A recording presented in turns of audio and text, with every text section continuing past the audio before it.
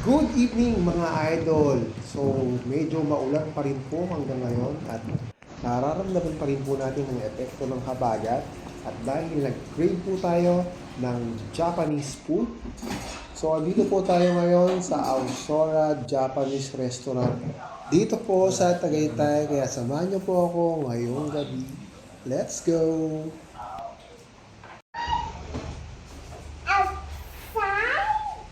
Aurora Ramen.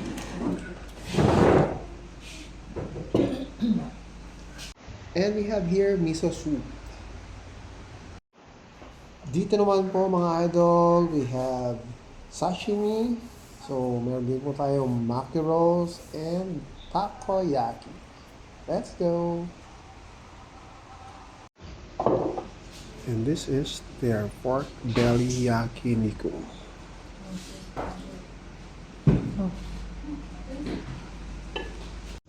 And this one is mixed sushi.